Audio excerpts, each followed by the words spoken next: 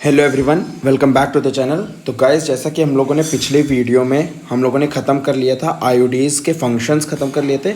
अब हम लोगों को एक छोटा सा टॉपिक आईओडीज़ का जो बच गया था, दैट इज़ हार्मोन रिलीजिंग आईओडीज़। ये हम लोगों को फिनिश करना है, तो चलिए शुरू करते हैं। सो हार्मोन रिलीजिंग आयोडीज़ क्या होते हैं, हार्मोन रिलीजिंग आयोडीज़ के फंक्शन क्या होते हैं। मेनली जो एनसीईआरटी में दिया हुआ है हार्मोन रिलीजिंग आयोडीज़ के बारे में, वो उसके फंक्शन और दो एग्जांपल दिए हुए हैं। तो दो एग्जांपल कल हम लोगों ने डिस्कस कर लिया था, दैट वाज प्रोजेस्टास्टर एंड LNG-20। ये दो एग्जांपल्स थे। अब इनके फंक्शंस क्या होते हैं। तो hormone releasing IUDs makes uterus unsuitable for implantation. तो ये क्या करते हैं, दीज मेक यूट्रस, क्योंकि हार्मोन रिलीजिंग आयोडीज़ हैं, इंट्रा यूट्राइन डिवाइसेस है, तो ये कहाँ एक्ट करेंगे, ये एक्ट करेंगे आपके यूट्रस में। तो they make uterus unsuitable for implantation. और दूसरा काम क्या करेंगे, these make cervix hostile to sperms, मतलब स्पर्म्स जैसे ही सर्विक्स में एंटर करेंगे तो उनकी डेथ कॉज कर देंगे ये। तो ये दो फंक्शंस होते हैं, makes uterus unsuitable for implantation and cervix hostile to sperms. ये दोनों फंक्शन हो गए।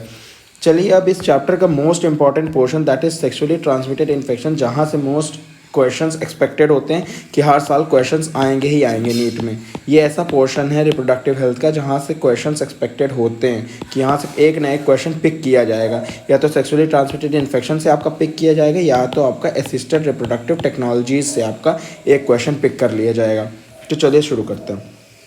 सेक्सुअली ट्रांसमिटेड इन्फेक्शंस को आप एक दूसरे नाम से जानते हैं, that is venereal diseases. Venereal diseases के नाम से भी आप sexually transmitted infection, so sexually transmitted infections are also known as venereal diseases. और इनको आप दूसरे नाम से क्या जानते हैं, reproductive tract infections, that is reproductive tract infections and venereal diseases. Sexually transmitted infection, as the name suggest कि सेक्सुअली ट्रांसमिटेड मतलब these are transmitted through sexual intercourse. These are transmitted to sexual intercourse। इनका दूसरा नाम है venereal diseases, reproductive tract infections. और इनके जो examples NCERT में दिए हुए हैं, that is gonorrhoea, syphilis, genital herpes, chlamydiosis, genital warts, trichomoniasis, hepatitis B. ये 7 एग्जाम्पल्स इसके दिए हुए हैं। तो गाइज एनसीईआरटी में सिर्फ नाम दिया हुआ है, लेकिन अगर आप इनके कॉजेटिव एजेंट्स को जान जाएंगे तो वो फेवरेबल हो सकता है, क्योंकि कई बार पॉजिटिव एजेंट्स दे सकता है जिसकी वजह से आप लोगों को थोड़ा डाउट हो सकता है। इसलिए आप पॉजिटिव एजेंट्स को जरूर जान लीजिए। तो गोनोरिया कौन कॉज करता है, नाइसेरिया गोनोरिया, ये कॉज करता है गोनोरिया। साइफिल्स आपका कौन कॉज करता है, ट्रेपोनेमा पैलेडियम। तो गाइज आप पॉजिटिव एजेंट्स को ज़रूर से ज़रूर ध्यान रखें, क्योंकि क्वेश्चंस में आपको ऑप्शंस में देगा ही देगा। आपको उस समय अगर आपको याद नहीं है तब आपको एलिमिनेशन से क्वेश्चन सॉल्व करना होगा, लेकिन अगर आपको याद है तो आप डायरेक्टली क्वेश्चन टिक करके आगे बढ़ सकते हैं। तो gonorrhoea is caused by Neisseria gonorrhoeae, syphilis is caused by Treponema pallidum, genital herpes आपका कौन कॉज करता है, human simplex virus HSV causes genital herpes. ये गाइज यहाँ पे आपको थोड़ी कंफ्यूजन हो सकती है जेनाइटल हर्पीज और जेनाइटल वॉर्ट्स में। तो genital herpes is caused by human simplex virus and genital warts is caused by human papilloma virus. It is called HSV, it is called HPV। क्लेमाइडियोसिस आपका कौन कॉज करता है, क्लेमाइडिया ट्रैकोमैटिस, ये आपका cause करता है क्लेमाइडियोसिस। ट्रोकोमोनियासिस आपका कौन कॉज करेगा, ट्रोकोमोनियासिस आपका कॉज करेगा ट्राइकोमोनास वेजिनालिस। तो ट्राइकोमोनियासिस आपका कौन कॉज करेगा, ट्राइकोमोनास वेजिनालिस। तो गाइज और हेपेटाइटिस बी आपका हेपेटाइटिस बी वायरस। तो गाइज जितने भी मैंने आपको एग्जांपल्स बताए डिजीजेस के और उनके कॉजेटिव एजेंट्स आपको बाय हार्ट लर्न होने चाहिए। एक बार मैं रिपीट कर देता हूँ, gonorrhoea, Neisseria gonorrhoeae, syphilis, Treponema pallidum, genital herpes simplex virus, chlamydiosis, Chlamydia trachomatis, genital warts, human papilloma virus, trichomoniasis, Trichomonas vaginalis, hepatitis B virus. ये तो आप सिंपल है। अब एक क्वेश्चन एनसीईआरटी में लिखा हुआ है, लाइन लिखी हुई है, जिसे क्वेश्चन के फॉर्म में फ्रेम किया जा सकता है कि hepatitis B and HIV can be transmitted by. ये क्वेश्चन है, हेपेटाइटिस बी एंड HIV किन किन मीडियम से ट्रांसमिट हो सकता है एक इंडिविजुअल से दूसरे इंडिविजुअल में। तो उसका आंसर है sharing of injection needles. Sharing of injection needles से भी ये ट्रांसमिट हो सकता है। सेक्सुअल इंटरकोर्स से तो ये ट्रांसमिट हो ही सकता है, एक तो वो है इसका, लेकिन दूसरे अलग रीजंस क्या हैं? Sharing of injection needles and surgical instruments. अगर एक सर्जिकल इंस्ट्रूमेंट किसी HIV पेशेंट को यूज़ कर दिया गया और उसके बाद वही सर्जिकल इंस्ट्रूमेंट किसी नॉर्मल इंडिविजुअल को यूज़ कर दिया गया तो भी हेपेटाइटिस बी और HIV ट्रांसमिट हो सकते हैं। अब एक क्वेश्चन और वहाँ है कि which of the following reproductive tract infection is not treatable. तो गाइज इसका आंसर भी सेम है, hepatitis B, HIV infection and genital herpes। ये 3 एग्जांपल्स NCERT में दिए हैं which are not treatable.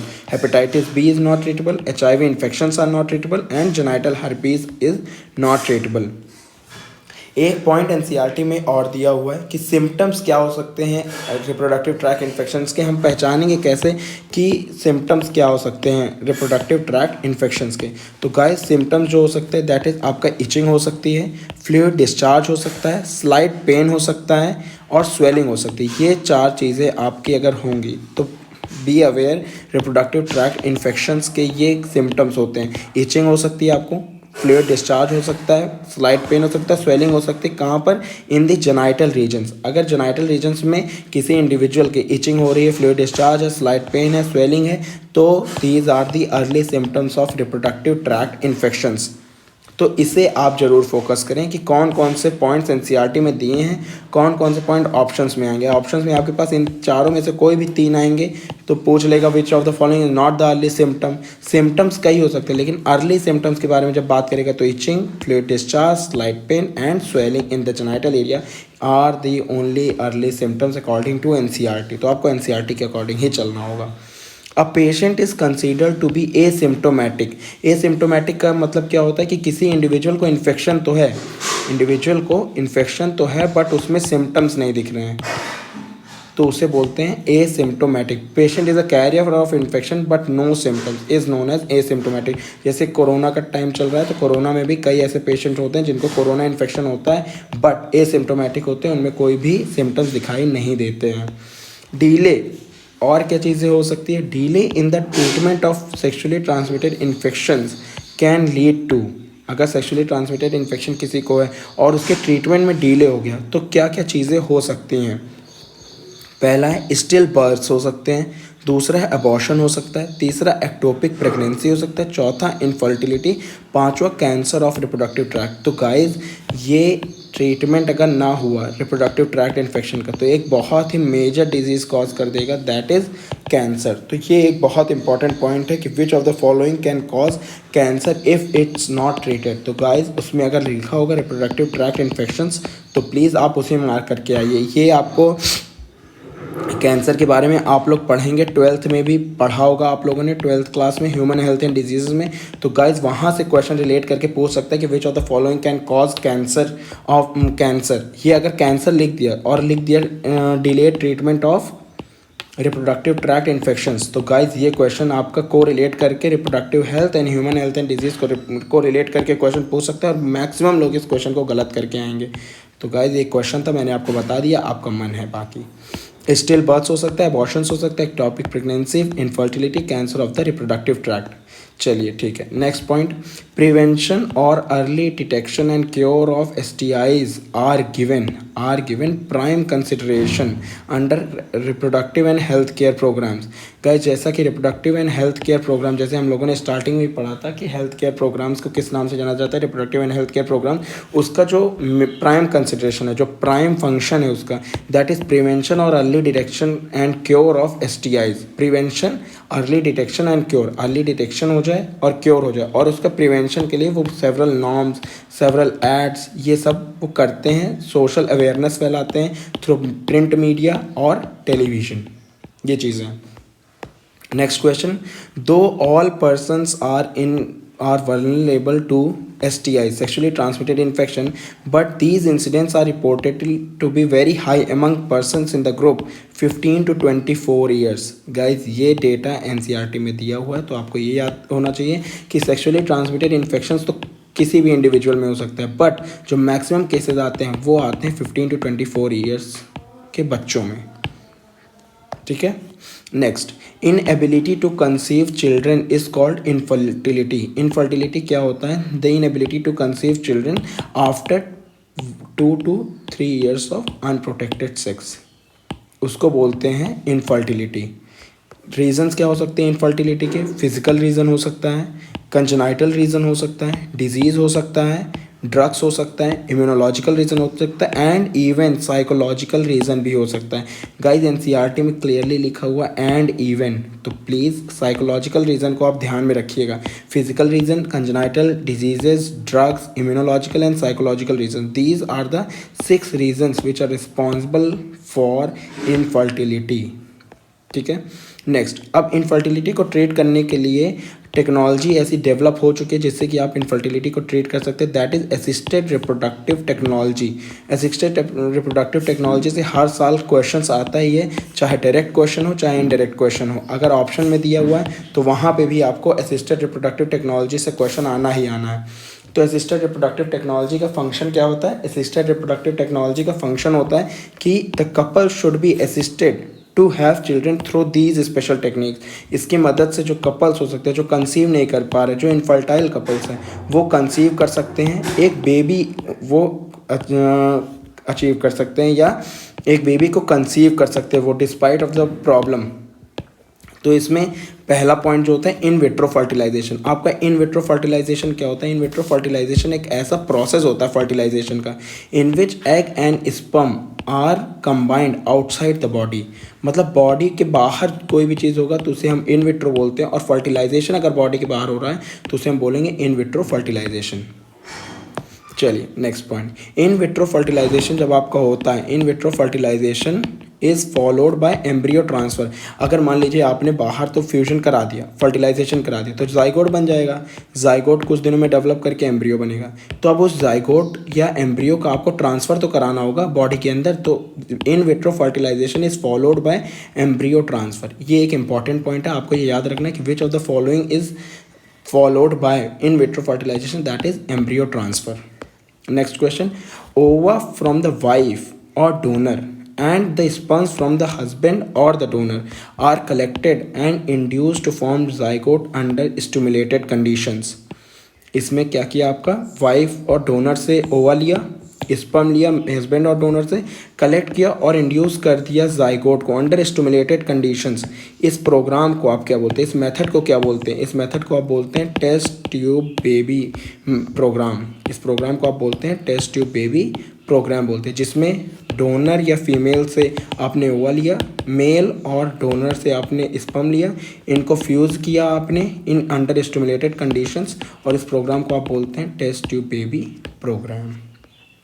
Next है जाइगोट इंट्राफेलोपियन ट्रांसफ़र।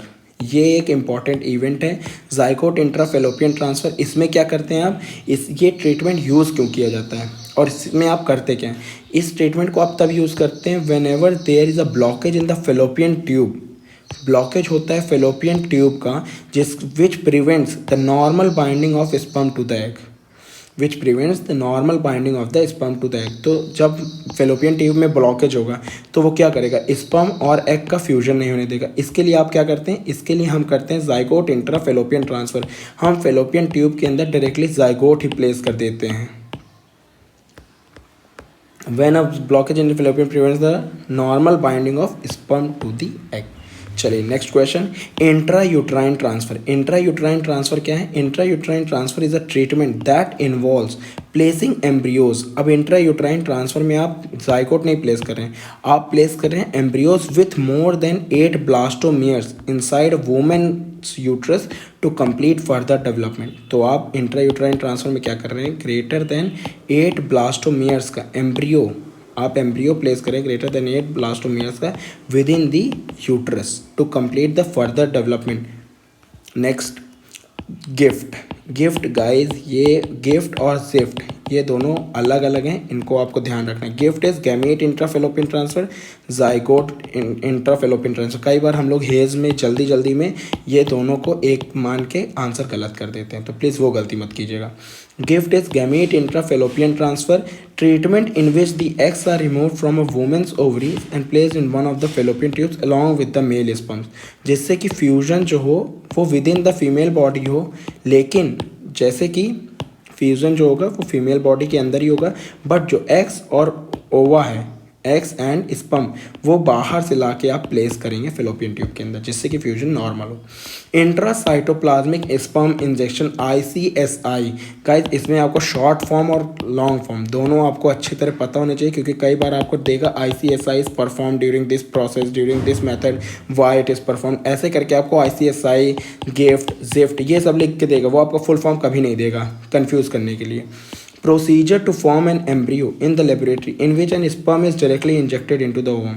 तो इस प्रोसेस में क्या करते हैं, इंट्रासाइटोप्लाज्मिक स्पर्म इंजेक्शन। तो आप इसमें क्या करते हैं, इसमें हम लोग एम्ब्रियो फॉर्म करने के लिए ओवा के साइटोप्लाज्म में स्पर्म को डायरेक्टली इंजेक्ट कर देते हैं to form embryo. Next point, artificial insemination. तो गाइज आर्टिफिशियल सेमिनेशन का यूज़ हम लोग तब करते हैं जब या तो मेल इनेबल हो इंसेमिनेट करने के लिए फीमेल को, when the male is enable to, when the male partner is unable to inseminate the female, और या तो उसमें लो स्पर्म काउंट हो in the ejaculates could be corrected by this technique. या तो मेल पार्टनर इंसेमिनेट ना कर पाए या तो उसके स्पर्म्स में लो स्पर्म काउंट हो उसके पास, तब वो कौन सा मेथड यूज़ करता है, तब वो यूज़ करता है आर्टिफिशियल इंसेमिनेशन का मेथड। चलिए guys next point, a technique in which the semen collected either from the husband or healthy donor is artificially introduced either into the vagina or into the uterus is called intra uterine insemination. Intra uterine insemination में guys हम लोग क्या करते हैं कि ये ऐसी technique है जिसमें सीमेन कलेक्ट करते हैं हम लोग डायरेक्टली फ्रॉम द हस्बैंड और the healthy donor and is artificially introduced into the vagina और यूट्रस। तो हम लोग सीमेन कलेक्ट किया हम लोगों ने हेल्दी डोनर से और उसको आपके यूट्रस में या वजाइना में हमने डायरेक्टली इंजेक्ट कर दिया। नेक्स्ट, तो चलिए थैंक यू गाइज, आपका रिप्रोडक्टिव हेल्थ का मैंने पूरा का पूरा रिप्रोडक्टिव हेल्थ की पूरी NCERT डिकोडेड सीरीज़ मैंने फिनिश कर दी है आज। तो guys please subscribe the channel, और गाइज अगर वीडियो पसंद आए तो सब्सक्राइब करिए, लाइक करिए, शेयर करिए, और प्लीज़ मेरे एफर्ट्स को अप्रिशिएट करने के लिए hit the like button and hit the subscribe button.